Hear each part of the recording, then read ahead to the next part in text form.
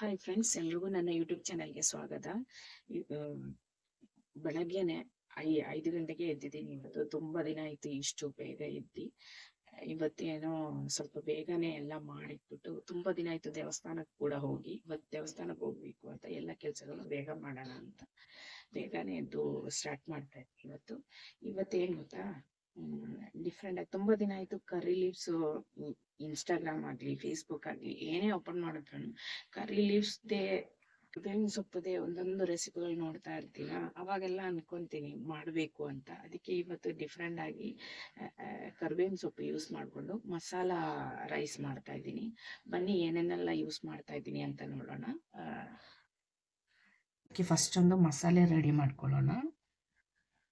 ಸ್ವಲ್ಪ ಎಣ್ಣೆ ಹಾಕ್ತಾ ಇದ್ದೀನಿ,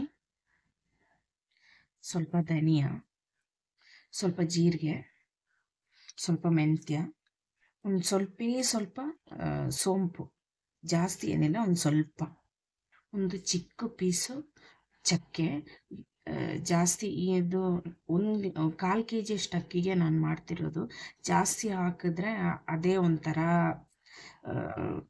ಟೇಸ್ಟ್ ಬಂದ್ಬಿಡುತ್ತೆ, ಕಹಿ ಕಹಿಯಾಗಿ.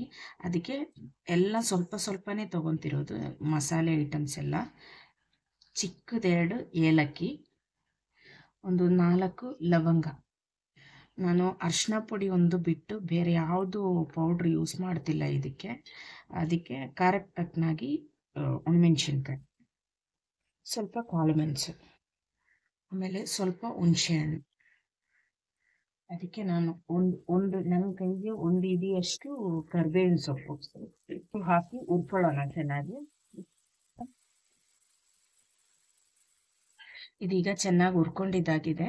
ಇದು ಹುರ್ಕೊಳ್ಳೋವಾಗ ಲೋ ಫ್ಲೇಮಲ್ಲಿ ಇಟ್ಬಿಟ್ಟು ಹುರ್ಕೋಬೇಕು, ಇಲ್ಲಾಂದರೆ ಮಸಾಲೆಗಳೆಲ್ಲ ಸೀದೋಗುತ್ತೆ. ಲಾಸ್ಟಲ್ಲಿ ಸ್ವಲ್ಪ ಕೊಬ್ಬರಿ ತುರಿ ಹಾಕ್ತಾ ಇದ್ದೀನಿ, ಒಣಗೊಬ್ಬರಿ ತುರಿ. ಇದೇನು ಜಾಸ್ತಿ ಹುರ್ಕೋಬೇಕಾಗಿಲ್ಲ, ಇದ್ರ ಜೊತೆಗೆ ಒಂದು ಸ್ವಲ್ಪ ಲೈಟಾಗಿ ಬಿಸಿ ಆದರೆ ಸಾಕು. ಇದೀಗ ರೆಡಿಯಾಗಿದೆ. ಇದು ಸ್ವಲ್ಪ ತಣ್ಣಗಾಗಕ್ಕೆ ಬಿಡೋಣ. ತಣ್ಣಗಾದ್ಮೇಲೆ ರುಬ್ಕೊಂಡು ತರ್ತೀನಿ, ಮಸಾಲೆ ಪುಡಿ ಮಾಡ್ಕೊತಾ ಇರ್ತೀನಿ. ಈ ಮಸಾಲೆ ಎಲ್ಲ ತಣ್ಣಗಾದ್ಮೇಲೆ ಪೌಡ್ರ್ ಮಾಡಿ ಇಟ್ಟಿದ್ದೀನಿ. ಈಗ ಮಸಾಲೆ ರೈಸ್ ಮಾಡೋಕ್ಕೆ ನೋಡೋಣ. ತುಪ್ಪ ಹಾಕ್ತಾ ಇದ್ದೀನಿ. ನಾನು ಇದಕ್ಕೆ ಬೇಕಾಗಿರೋ ಅನ್ನ ನಾನು ಫಸ್ಟೇ ಮಾಡಿ ಇಟ್ಬಿಟ್ಟಿದ್ದೀನಿ. ಈಗ ಮಸಾಲೆ ಎಲ್ಲ ಸೇರಿಸ್ಬಿಟ್ಟು ಅನ್ನ ಸೇರಿಸಿದ್ರೆ ಇದು ರೆಡಿಯಾಗಿ ಹೋಗುತ್ತೆ. ಸಾಸಿವೆ ಹಾಕ್ತಾ ಇದ್ದೀನಿ. ಸಾಸಿವೆ ಎಲ್ಲ ಸಿಡ್ದಾಗಿದೆ. ಈಗ ಕಡಲೆಕಾಯಿ ಬೀಜ ಸೇರಿಸ್ತಾ ಇದ್ದೀನಿ, ಸ್ವಲ್ಪ ಗೋಡಂಬಿ, ಒಣಮೆಣಸಿನ್ಕಾಯಿ ಹಾಕ್ತಾ ಇದ್ದೀನಿ, ಸ್ವಲ್ಪ ಕರಿಬೇವಿನ ಸೊಪ್ಪು, ಒಂದೇ ಒಂದು ಮೀಡಿಯಂ ಸೈಜ್ ಈರುಳ್ಳಿ ಚಿಕ್ಕದಾಗಿ ಕಟ್ ಮಾಡಿಬಿಟ್ಟಿರೋದು ಹಾಕ್ತಾ ಇದ್ದೀನಿ, ಅರಿಶಿನ ಪುಡಿ ಸೇರಿಸ್ತಾ ಇದ್ದೀನಿ, ಸ್ವಲ್ಪ ಹಿಂಗು ಸೇರಿಸ್ತಾ ಇದ್ದೀನಿ. ನಾನು ಇದುವರೆಗೂ ಯಾವುದ್ರಲ್ಲೂ ಉಪ್ಪೇ ಸೇರಿಸಿಲ್ಲ, ಇವಾಗ ಉಪ್ಪು ಸೇರಿಸ್ತಾ ಇದ್ದೀನಿ. ಈಗ ಅನ್ನ ಸೇರಿಸ್ತಾ ಇದ್ದೀನಿ.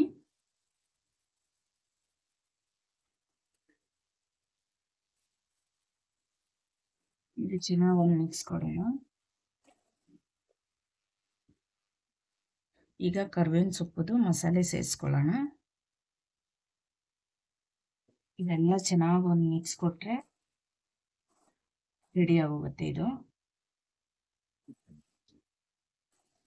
ಇದೀಗ ರೆಡಿ ಆಯಿತು. ನಾನು ಸ್ಟವ್ ಆಫ್ ಮಾಡಿಕೊಂಡೆ. ಟೇಸ್ಟ್ ಚೆನ್ನಾಗಿದೆ ಅಂತ ನನ್ನ ಮಗ ಟೇಸ್ಟ್ ನೋಡ್ಬಿಟ್ಟು ಹೇಳ್ದ.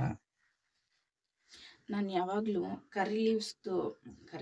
ಕರಿಬೇವು ಸೊಪ್ಪು ಮಸಾಲೆ ಏನೇ ಒಂದು ಮಾಡೋವಾಗಲೂ ಅದು ಯಾಕೋ ಪೌಡ್ರ್ ಮಾಡಿದ ಕರೆಕ್ಟಾಗಿ ಪೌಡ್ರ್ ಆಗುತ್ತೆ, ಆದರೆ ಅದು ಗ್ರೀನಿಶಲ್ಲಿ ಬರಲ್ಲ. ವಿಡಿಯೋದಲ್ಲೆಲ್ಲ ನೋಡಿದಾಗ ಅದು ಅವ್ರು ಹೆಂಗೆ ಗ್ರೀನಿಶ್ ಬರುತ್ತೆ ಅಂತ ಗೊತ್ತಿಲ್ಲ.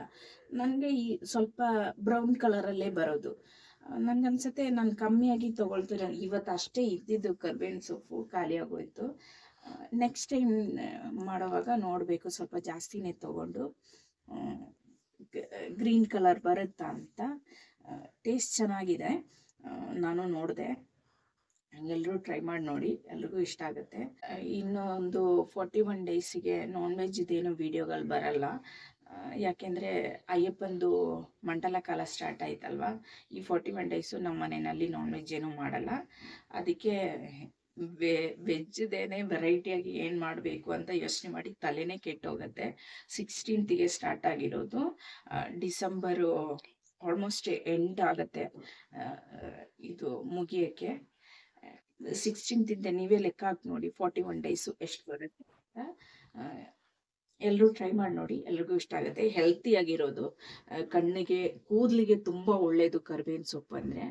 ಎಲ್ಲರೂ ಟ್ರೈ ಮಾಡಿ ನೋಡಿ, ಎಲ್ರಿಗೂ ಇಷ್ಟ ಆಗುತ್ತೆ. ಈ ವಿಡಿಯೋ ಎಲ್ರಿಗೂ ಇಷ್ಟ ಆಗೋದಾದರೆ ಲೈಕ್ ಮಾಡಿ, ಶೇರ್ ಮಾಡಿ, ಕಮೆಂಟ್ ಮಾಡಿ, ಸಬ್ಸ್ಕ್ರೈಬ್ ಮಾಡಿಬಿಟ್ಟು ನನ್ನನ್ನು ಸಪೋರ್ಟ್ ಮಾಡಿ. ನೆಕ್ಸ್ಟ್ ವಿಡಿಯೋದಲ್ಲಿ ನೋಡೋ ತನಕ ಬಾಯ್.